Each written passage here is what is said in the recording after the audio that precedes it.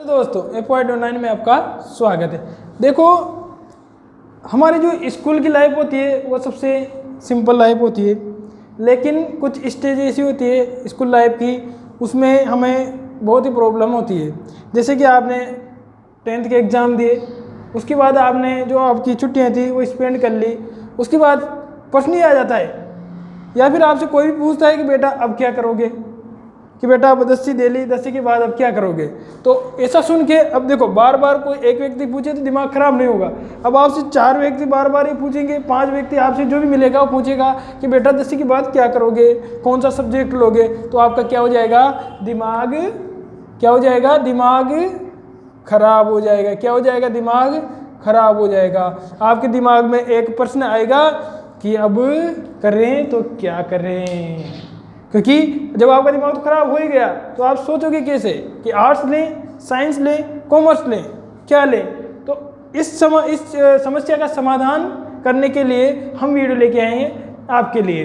तो देखिए, जब 10वीं के एग्ज़ाम दे रहे हो आप, या आपने एग्ज़ाम दे लिए हैं, उसके बाद देखो 3 चीज़ें होती हैं 11वीं कक्षा में एडमिशन लेने के लिए, यानी कक्षा 11th में एडमिशन लेने के लिए आपके पास 3 ऑप्शन खुले हुए हैं। ठीक, आजकल एक और ऑप्शन है एग्रीकल्चर। तो 4 ऑप्शन मान लीजिए कि 4 ऑप्शन खुले हुए हैं। ठीक, कौन कौन से, एक तो है साइंस, एक है आर्ट्स, एक है कॉमर्स। ठीक, कॉमर्स। देखो 3 ऑप्शन आपके सामने खुल जाते हैं। ऐसे आप खड़े हुए ऐसे, अब आपके सामने 4 रास्ते हैं, 3 रास्ते हैं, एक तो ये, एक ये और ये एक ये। तो जाएं तो किधर जाएं, आपका हो गया दिमाग खराब। तो देखो, अगर आप इंजीनियरिंग के फील्ड में जाना चाहते हैं, आप मेडिकल के फील्ड में जाना चाहते हैं आगे जाके, तो आप क्या लोगे, साइंस लोगे। साइंस को हिंदी में क्या कहते हैं, विज्ञान। तो क्या लोगे, साइंस। साइंस में भी क्या चीज़, इंजीनियर बनना चाहते हो, इंजीनियर बनना चाहते हो तो क्या लो, मैथ्स। क्या लो, मैथ्स। और मैथ्स लोगे तो इसके साथ कौन कौन से सब्जेक्ट आएंगे, पी, सी और एम। PCM का मतलब, इसका मतलब तो हो गया फिजिक्स, इसका मतलब हो गया केमिस्ट्री, इसका मतलब हो गया मैथमेटिक्स। उसके बाद अगर आप डॉक्टर बनना चाहते हैं, ठीक, डॉक्टर बनना चाहते हैं तो आपको क्या लेनी पड़ेगी, बायोलॉजी लेनी पड़ेगी। क्या लेनी पड़ेगी, बायोलॉजी लेनी पड़ेगी। बायोलॉजी में कौन कौन से सब्जेक्ट आएंगे, अगर आपने 11वीं में बायोलॉजी चुना तो P, C और B के नाम से 3 विषय आएंगे। P का मतलब वही फिजिक्स, C का मतलब केमिस्ट्री और B का मतलब बायोलॉजी। ऐसा मानते हैं अब कि एग्रीकल्चर भी जब एक नया स्ट्रीम बन गया है तो AG, अगर आप एग्रीकल्चर के फील्ड में जाना चाहते हैं तो आपको AG लेनी पड़ती है। तो एग्रीकल्चर में क्या आएगा, एग्रीकल्चर में 3 सब्जेक्ट आते हैं। एक तो आती है बायोलॉजी, क्या, एक तो आएगी बायोलॉजी, एक आएगी केमिस्ट्री और एक आएगी एग्रीकल्चर। ठीक, एक आएगी एग्रीकल्चर। तो साइंस से संबंधित आपकी जो डाउट है वो क्लियर हो गया होगा। अगर आपको इंजीनियरिंग के फील्ड में जाना है तो क्या चुनोगे, मैथमेटिक्स चुनोगे। उसमें कौन कौन सब्जेक्ट आएंगे, फिजिक्स, केमिस्ट्री और मैथ्स। अगर आपको डॉक्टर के फील्ड में जाना है या मेडिकल के फील्ड में जाना है तो आप क्या चुनोगे, बायोलॉजी विषय चुनेंगे। उसमें कौन कौन से सब्जेक्ट आएंगे, फिजिक्स, केमिस्ट्री और मैथ्स, सॉरी फिजिक्स, केमिस्ट्री और बायोलॉजी। ठीक, और अगर एग्रीकल्चर को चुना तो एग्रीकल्चर में कौन कौन सब्जेक्ट आएंगे, बायोलॉजी, केमिस्ट्री और एग्रीकल्चर।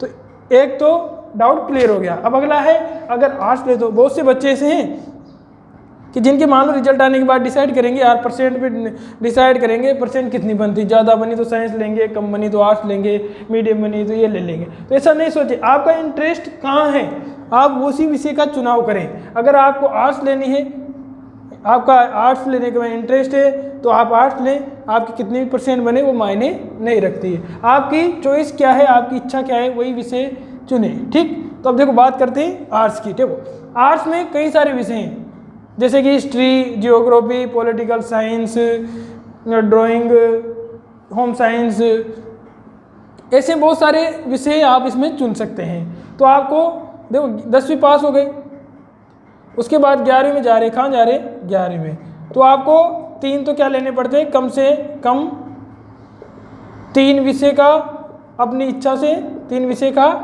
क्या अपनी इच्छा अनुसार चुनाव करना रहता है, अपनी इच्छा अनुसार चुनाव करना रहता है। क्या करना रहता है? अनुसार चुनाव करना रहता है। बाकी कंपलसरी अलग हैं, वो तो सब में रहेंगे। देखो 3 विषय का चुनाव करना है तो आपके ऊपर निर्भर करता है कि आप इसमें आर्ट्स में क्या क्या लें। या तो आप हिस्ट्री ले लें, यानी कि इतिहास ले लें, या तो हिस्ट्री ले लें, या फिर पॉलिटिकल साइंस ले लें। क्या ले सकते हैं? और हिस्ट्री हो गया, जियोग्राफी ले लें, जियोग्राफी ले लें। उसी तरह से आप क्या ले सकते हैं? और हिंदी लिटरेचर ले लें, यानी कि हिंदी साहित्य ले सकते हैं। संस्कृत लिटरेचर ले लें,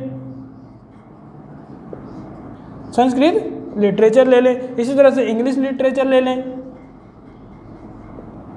इस तरह से और भी जो भाषाएं हैं, उर्दू हो गई, पंजाबी हो गई, इस तरह से सिंधी हो गई, वो भी आप ले सकते हैं। इसके अलावा हिस्ट्री, पॉलिटिकल, जियोग्राफी के अलावा और भी विषय हैं, उनको भी आप इसमें ले सकते हैं। इसके बाद बात आती है कॉमर्स की।